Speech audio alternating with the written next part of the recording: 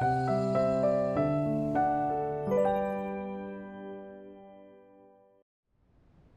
semuanya, saya Cheng Ruiming.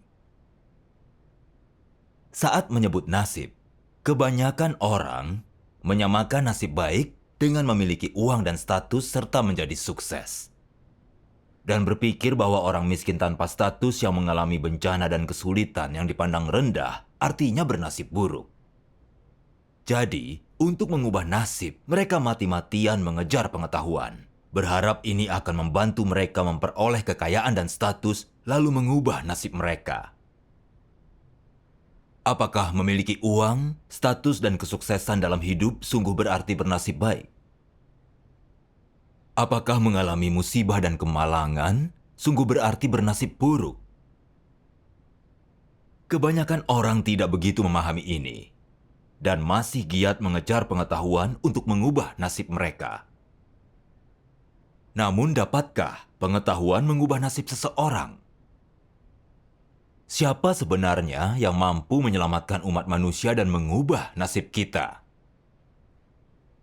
Hari ini, mari kita selidiki pertanyaan ini.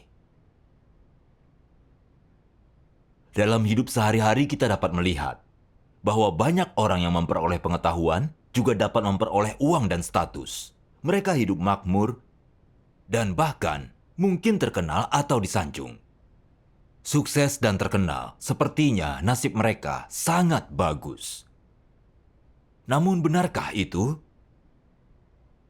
Apakah mereka benar-benar bahagia? Mereka mungkin berkuasa dan berpengaruh, serta tampak termasyur. Tetapi mereka tetap merasa hampa dan sengsara, serta kehilangan semangat hidup. Beberapa orang bahkan mengkonsumsi narkoba atau bunuh diri. Dan beberapa orang memanfaatkan kekuasaan dan pengaruh mereka untuk bertindak semaunya. Dan akhirnya dipenjara, kehilangan harga diri. Bukankah mereka sebagian besar adalah kaum intelektual? Mengapa orang-orang yang begitu berakal sehat dan memahami hukum melakukan hal-hal buruk seperti itu? Mengapa mereka melakukan hal-hal konyol seperti itu? Mengapa semuanya menjadi seperti itu? Sekarang ini, semua orang menginginkan pendidikan serta mengejar pengetahuan. Dan kelas penguasa atas semua negara dan ras adalah kaum intelektual. Merekalah yang memegang kekuasaan. Mereka adalah meritokrasi di seluruh dunia. Jadi masuk akal bahwa dengan berkuasanya kaum intelektual, dunia seharusnya menjadi makin beradab dan penuh kasih. Namun, apa yang sebenarnya sedang terjadi pada dunia? Dunia sedang jatuh ke dalam kekacauan. Dengan orang-orang yang berbuat curang, bertengkar, atau bahkan saling membunuh. Mereka semua menolak dan menentang Tuhan. Mereka membenci kebenaran dan memuja kejahatan tanpa ingin bertobat. Membangkitkan murka Tuhan dan kemarahan manusia. Bencana datang satu demi satu, dan dunia terus berada di ambang peperangan besar. Jadi jelas bahwa dengan berkuasanya kaum intelektual memiliki meritokrasi tidak menghasilkan masyarakat yang damai dan bahagia, melainkan membawa makin banyak bencana dan penderitaan kepada kita. Pandemi sedang meningkat, peperangan terjadi tanpa henti, serta gempa bumi dan kelaparan mengikuti. Orang-orang dipenuhi ketakutan seolah kiamat telah tiba. Apa alasan sebenarnya untuk ini? Mengapa ketika orang memperoleh pengetahuan, kekuasaan, dan status, mereka melakukan begitu banyak hal buruk? Mengapa berkuasanya kaum intelektual dan meritokrasi membawa begitu banyak bencana pada suatu negara dan rakyat? Ini sangat layak untuk direnungkan. Dapatkah memperoleh pengetahuan membuat orang lebih baik dan bebas dari dosa? Dapatkah memperoleh pengetahuan membuat orang menjadi baik dan berhenti melakukan hal-hal buruk? Dapatkah pengetahuan menyelamatkan manusia dari dosa dan kekuatan iblis? Saya makin meragukan kemampuan pengetahuan untuk mengubah nasib seseorang. Mengapa setelah memperoleh pengetahuan dan status, kebanyakan orang menjadi makin congkak dan merasa dirinya benar? Mengapa makin banyak pengetahuan, mereka makin merasa penting? Begitu berkuasa, mereka menjadi sesat dan sewenang-wenang, mendatangkan malapetaka dan membawa bencana. Tampaknya, seiring dengan pendidikan yang lebih baik dan ilmu pengetahuan yang makin berkembang, negara seharusnya dikelola dengan lebih baik dan rakyat seharusnya makin beradab. Namun apakah negara seperti itu benar-benar ada? Tidak pernah ada. Itu benar-benar membuat orang bingung. Saya membaca ini dalam firman Tuhan.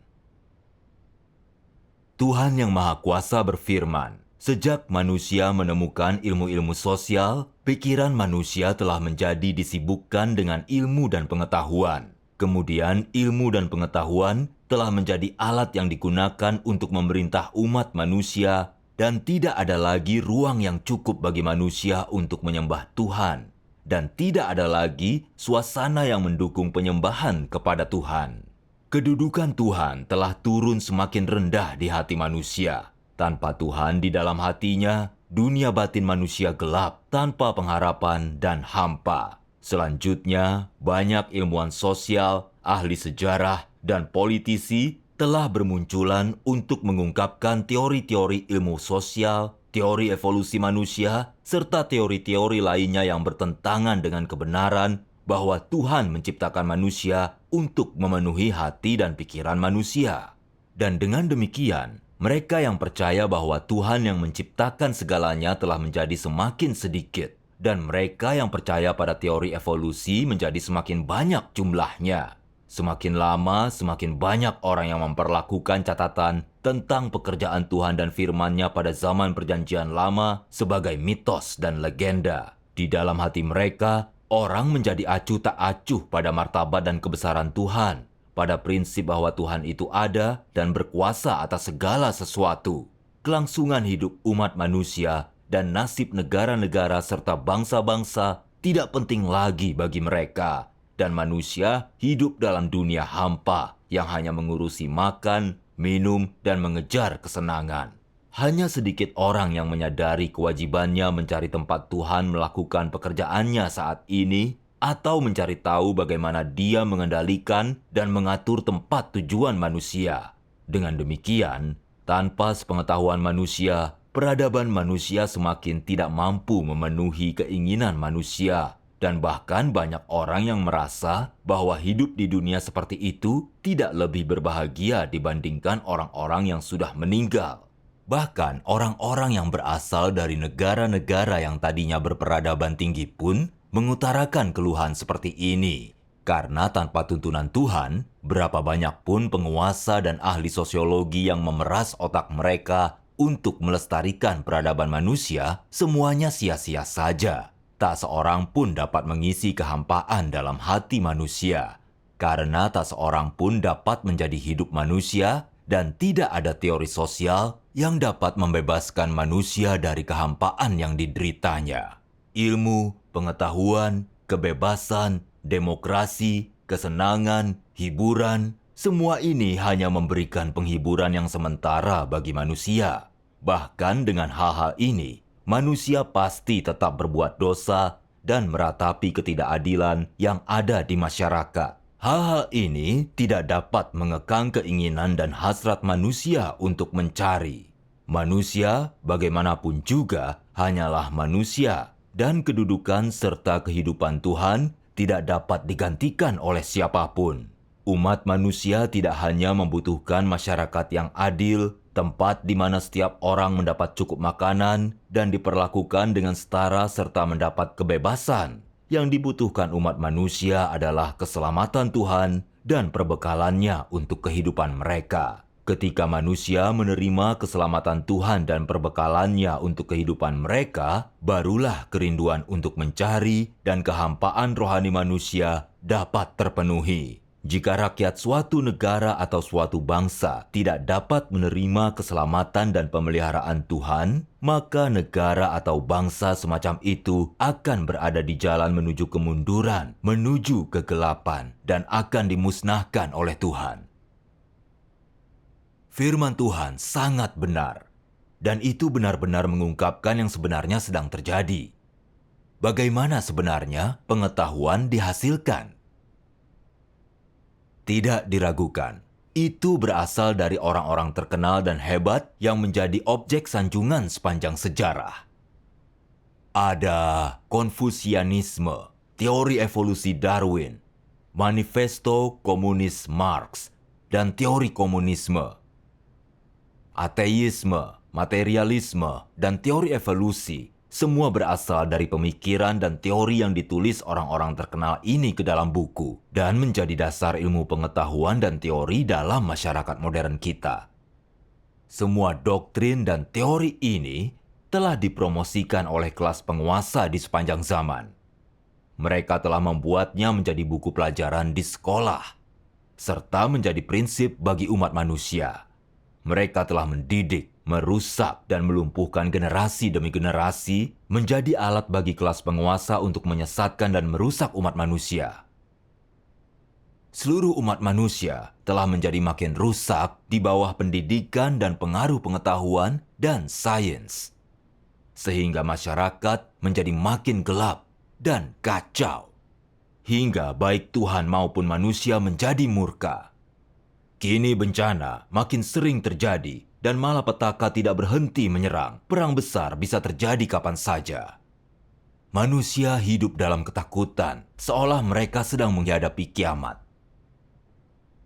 Ini sungguh membuat kita bertanya-tanya, apakah sains dan pengetahuan sebenarnya adalah kebenaran atau bukan? Orang-orang makin mengejar dan menerimanya.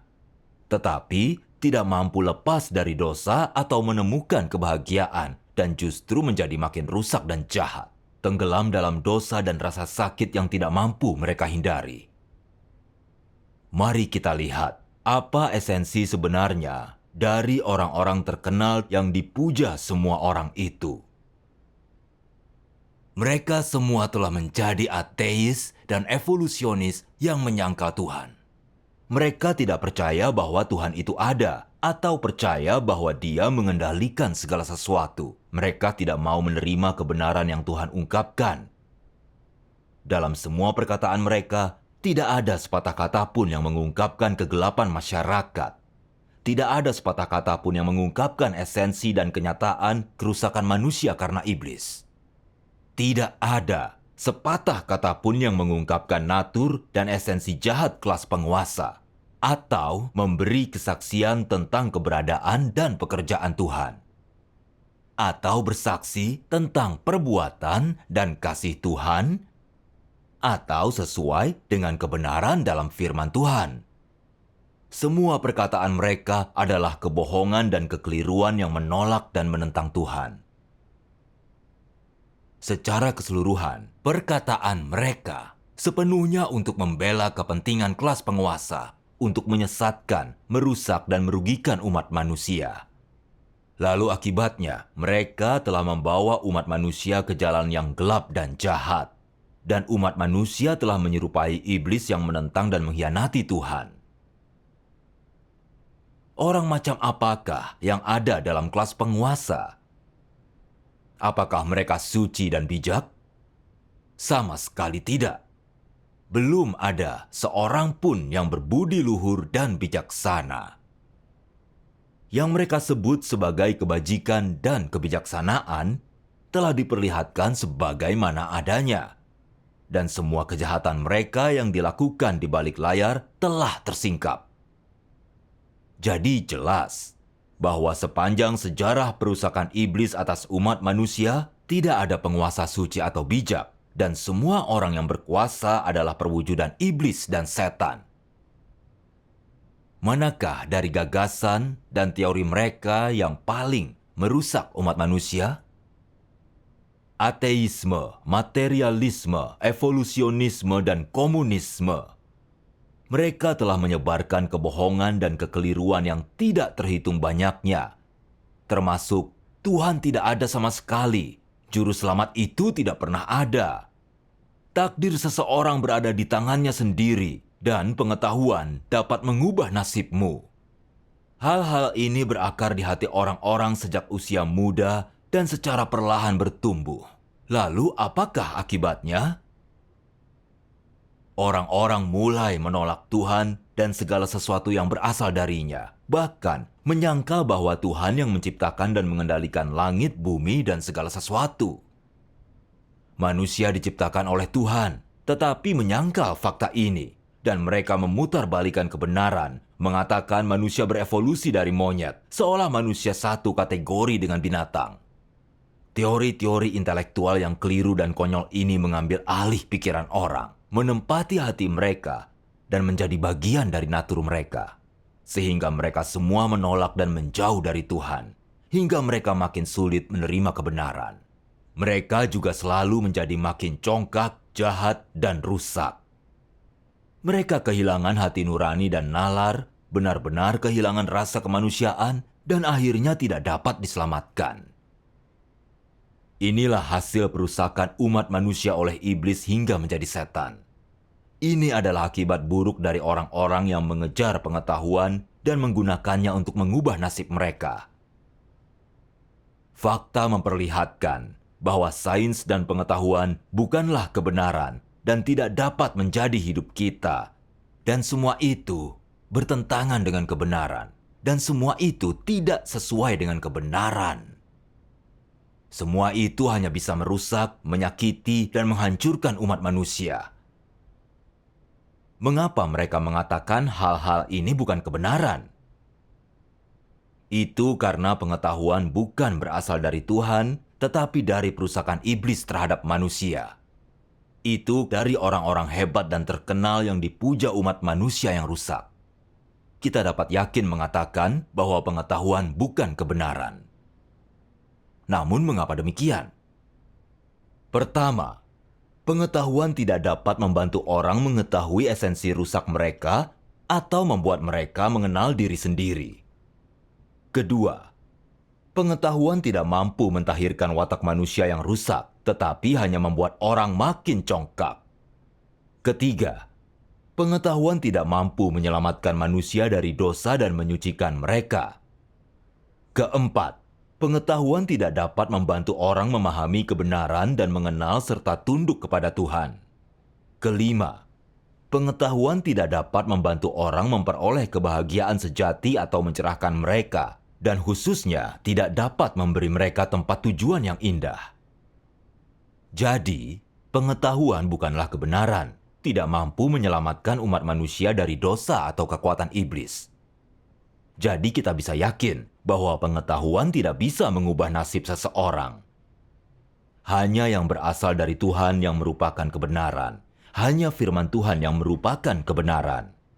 Hanya kebenaran yang dapat menjadi hidup manusia dan mampu mentahirkan kerusakan mereka, memampukan mereka lepas dari dosa dan menjadi kudus.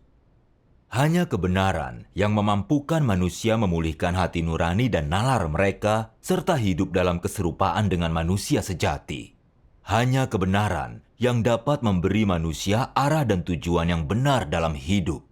Dan hanya kebenaran yang dapat membantu orang mengenal Tuhan, memperoleh berkat-Nya, dan mendapatkan tempat tujuan yang indah. Itu sebabnya hanya kebenaran yang diungkapkan oleh Tuhan dalam daging, yang mampu menyelamatkan umat manusia dari kekuatan iblis dan sepenuhnya berbalik kepada Tuhan. Hanya Juru Selamat yang mampu menyelamatkan dan mengubah nasib umat manusia, memberi kita tempat tujuan yang indah. Jadi mengapa pengetahuan tidak mampu menyelamatkan manusia? Itu karena manusia telah dirusak terlalu dalam oleh iblis dengan natur jahat dan hidup dalam watak jahat, selalu berbuat dosa dan melakukan kejahatan. Mereka mampu melakukan kejahatan apapun dalam situasi yang tepat. Dan saat berkuasa, mereka menunjukkan jati diri asli mereka dan merajalela. Dan pengetahuan berasal dari manusia yang rusak, dari iblis. Jadi, pengetahuan bukanlah kebenaran, Sebanyak apapun manusia yang rusak belajar, mereka tidak mampu mengetahui esensi dan kebenaran tentang kerusakan mereka sendiri, dan sungguh tidak mampu bertobat dan berbalik kepada Tuhan.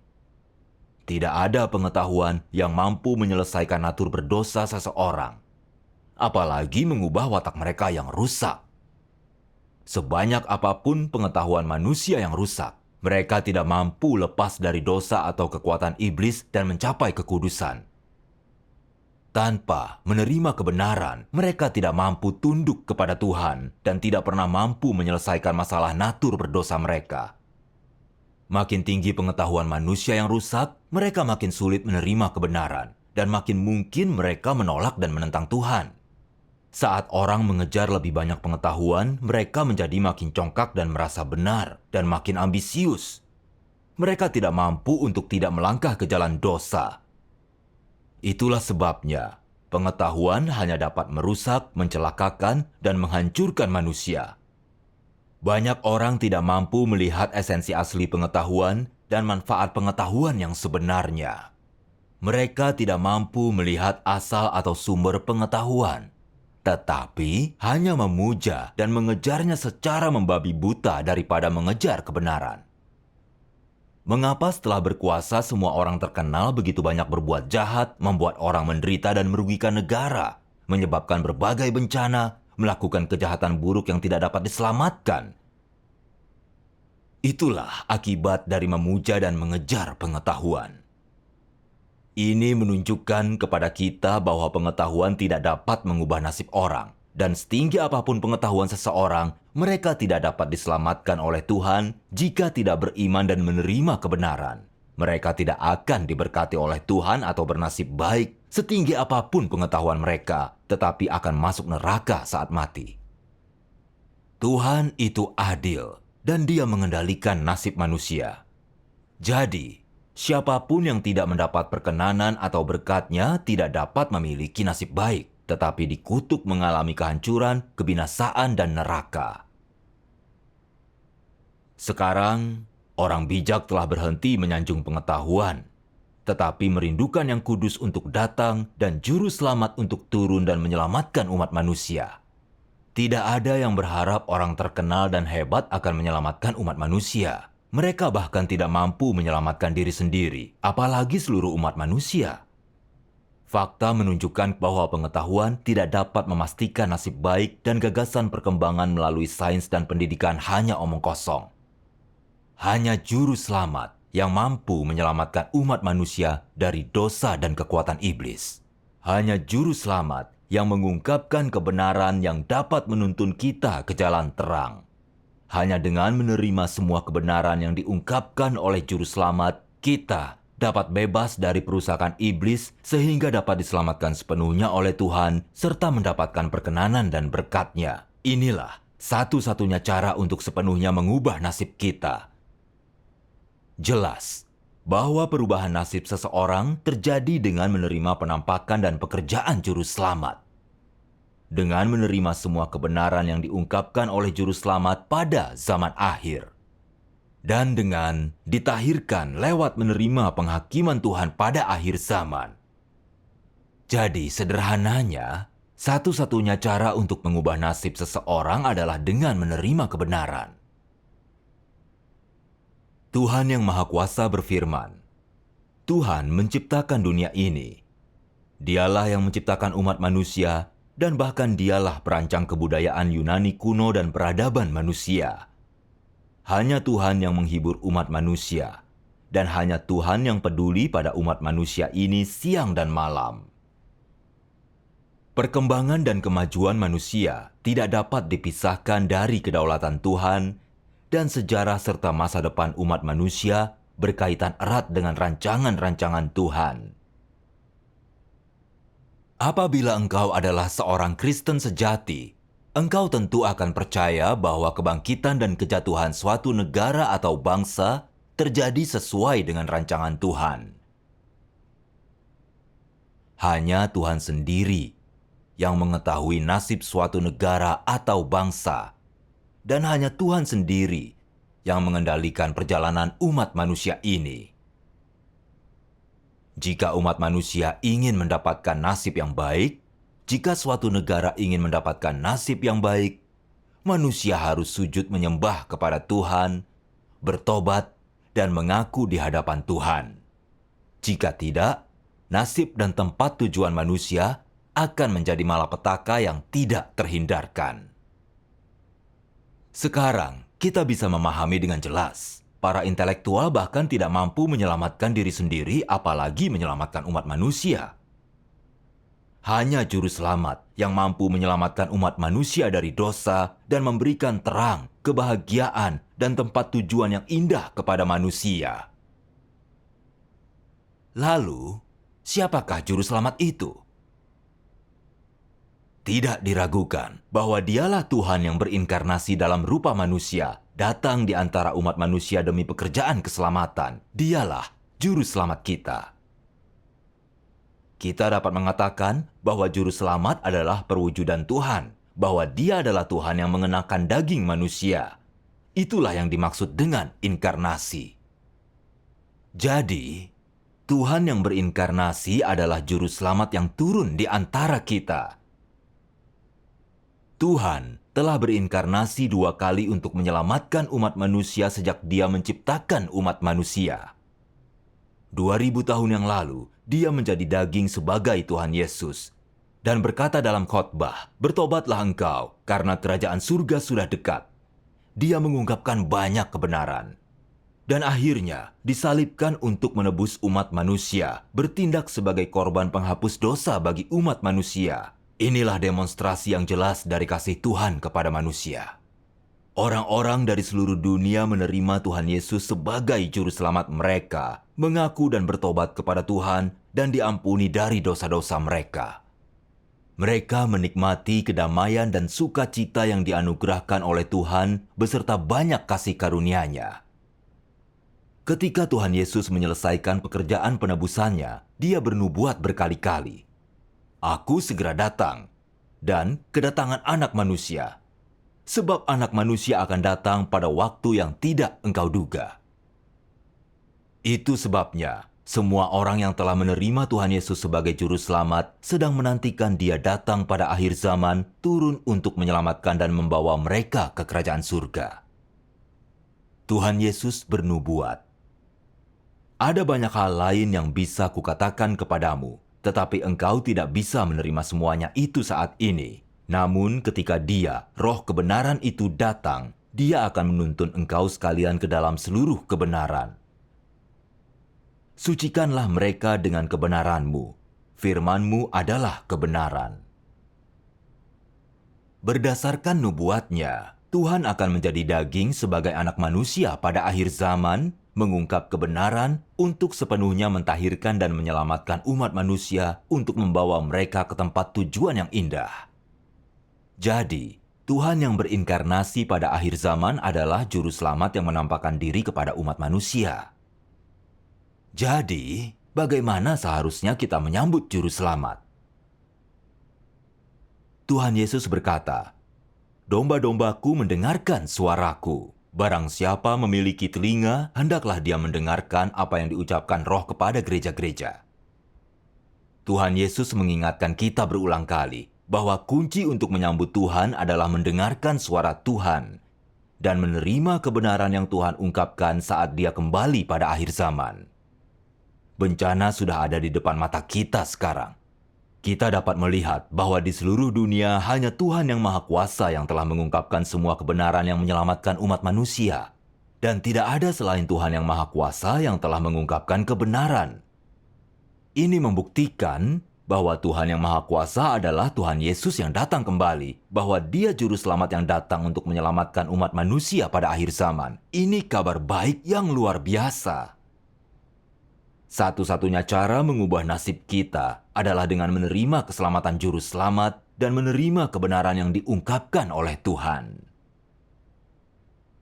Tuhan yang Maha Kuasa berfirman, Kristus akhir zaman menggunakan berbagai kebenaran untuk mengajar manusia, mengungkapkan esensi manusia, dan membedah perkataan dan perbuatan manusia. Firman ini terdiri dari berbagai kebenaran, seperti tugas-tugas manusia, bagaimana manusia seharusnya menaati Tuhan, bagaimana seharusnya manusia setia kepada Tuhan, bagaimana manusia seharusnya hidup dalam kemanusiaan yang normal, serta hikmat dan watak Tuhan, dan sebagainya. Firman ini semuanya ditujukan pada esensi manusia dan wataknya yang rusak. Secara khusus, firman yang mengungkapkan bagaimana manusia menolak Tuhan diucapkan berkaitan dengan bagaimana manusia merupakan perwujudan iblis dan kekuatan musuh yang melawan Tuhan. Dalam melaksanakan pekerjaan penghakimannya, Tuhan tidak hanya menjelaskan natur manusia dengan beberapa kata. Dia menyingkapkan, menangani, dan memangkasnya dalam jangka panjang. Semua cara-cara penyingkapan, penanganan, dan pemangkasan yang beragam ini tidak bisa digantikan dengan perkataan biasa, tetapi dengan kebenaran yang sama sekali tidak dimiliki manusia. Hanya cara-cara seperti inilah yang dapat disebut penghakiman. Hanya melalui penghakiman jenis inilah manusia bisa ditundukkan dan diyakinkan sepenuhnya tentang Tuhan dan bahkan memperoleh pengenalan yang sejati akan Tuhan. Yang dihasilkan oleh pekerjaan penghakiman adalah pemahaman manusia tentang wajah Tuhan yang sejati dan kebenaran tentang pemberontakannya sendiri. Pekerjaan penghakiman memungkinkan manusia untuk mendapatkan banyak pemahaman akan kehendak Tuhan, tujuan pekerjaan Tuhan, dan misteri-misteri yang tidak dapat dipahami olehnya. Pekerjaan ini juga memungkinkan manusia untuk mengenali dan mengetahui hakikatnya yang rusak dan akar penyebab dari kerusakannya, dan juga mengungkapkan keburukan manusia. Semua efek ini dihasilkan oleh pekerjaan penghakiman, karena hakikat pekerjaan ini sebenarnya adalah pekerjaan membukakan jalan, kebenaran, dan hidup Tuhan kepada semua orang yang beriman kepadanya. Pekerjaan ini adalah pekerjaan penghakiman yang dilakukan oleh Tuhan. Tuhan yang Maha Kuasa telah mengungkapkan begitu banyak kebenaran yang dikumpulkan dalam buku-buku firman Tuhan, seperti firman menampakkan diri dalam rupa manusia yang seluruhnya ada jutaan firman. Semua ini kebenaran yang diungkapkan Tuhan untuk pekerjaan penghakimannya pada akhir zaman, dan jumlahnya jauh lebih banyak daripada kebenaran yang diungkapkan Tuhan pada zaman hukum Taurat dan zaman kasih karunia.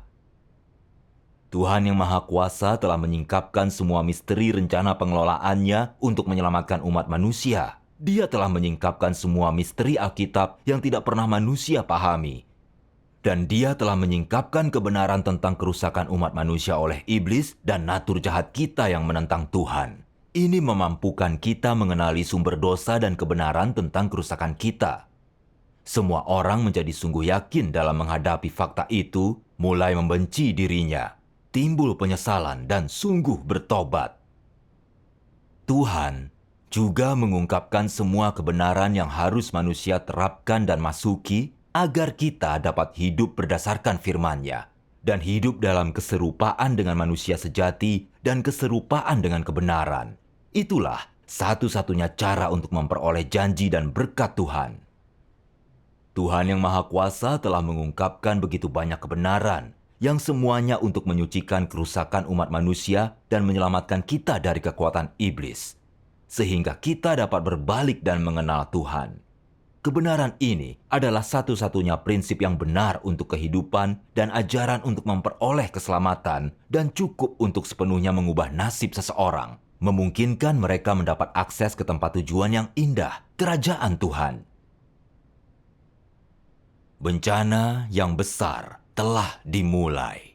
Satu-satunya cara membuat harapan baik mereka menjadi kenyataan adalah menerima penampakan dan pekerjaan juru selamat. Menerima semua kebenaran yang diungkapkan Tuhan yang Maha Kuasa adalah satu-satunya cara mendapatkan perkenanan Tuhan, untuk mendapatkan perlindungan dan berkat Tuhan melalui malapetaka besar untuk bertahan hidup dan dibawa Tuhan ke dalam kerajaan-Nya.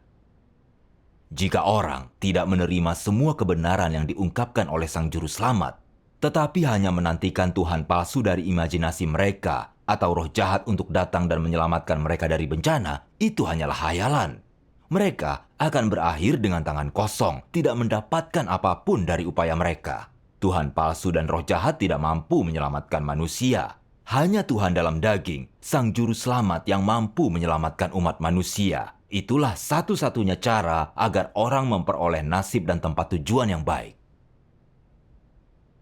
Tuhan Yang Maha Kuasa berfirman, Kristus akhir zaman membawa hidup dan membawa jalan kebenaran yang abadi dan tidak berkesudahan. Kebenaran ini adalah jalan yang memungkinkan manusia memperoleh hidup dan satu-satunya jalan untuk manusia mengenal Tuhan dan menjadi berkenan di hadapan Tuhan. Apabila engkau tidak mencari jalan hidup yang disediakan Kristus akhir zaman, engkau tidak akan pernah memperoleh perkenanan Yesus dan tidak akan pernah memenuhi syarat untuk memasuki gerbang kerajaan surga. Mereka yang berharap memperoleh hidup tanpa mengandalkan kebenaran yang diucapkan oleh Kristus adalah orang-orang paling konyol di bumi. Dan mereka yang tidak menerima jalan hidup yang dibawa oleh Kristus adalah orang-orang yang sesat dalam fantasi. Maka aku mengatakan bahwa orang-orang yang tidak menerima Kristus akhir zaman selamanya akan dibenci Tuhan. Kristus adalah pintu gerbang bagi manusia menuju kerajaan pada akhir zaman yang tidak bisa dilangkahi oleh siapapun. Tidak seorang pun bisa disempurnakan oleh Tuhan kecuali melalui Kristus. Engkau percaya kepada Tuhan. Karena itu, engkau harus menerima firman-Nya dan menaati jalan-Nya. Engkau tidak bisa hanya berpikir tentang memperoleh berkat, sementara engkau tidak mampu menerima kebenaran dan tidak mampu menerima perbekalan hidup. Kristus datang pada akhir zaman agar semua yang sungguh-sungguh percaya kepadanya bisa diberi hidup. Pekerjaannya adalah untuk mengakhiri zaman lama dan memasuki zaman baru. Dan pekerjaannya adalah jalan yang harus ditempuh oleh semua orang yang ingin memasuki zaman baru. Kalau engkau tidak bisa mengakuinya, malah mengutuk, menghujat, atau bahkan menganiaya dia, maka engkau pasti akan dibakar sepanjang keabadian dan tidak akan pernah memasuki kerajaan Tuhan. Karena Kristus sesungguhnya adalah pengungkapan Roh Kudus, pengungkapan Tuhan, pribadi yang Tuhan beri kepercayaan untuk melakukan pekerjaannya di bumi. Oleh karena itu, aku mengatakan bahwa jika engkau tidak bisa menerima segala hal yang dilakukan oleh Kristus akhir zaman, berarti engkau menghujat Roh Kudus. Hukuman setimpal yang harus ditanggung oleh mereka yang menghujat Roh Kudus sangat jelas bagi semua orang. Sekian episode hari ini. Terima kasih telah menyaksikan acara ini. Jika Anda ingin mengetahui lebih banyak kebenaran atau memiliki pertanyaan, silakan tulis pesan kepada kami di bawah ini. Teruslah bersama kami untuk mencari iman sejati. Sampai jumpa lagi.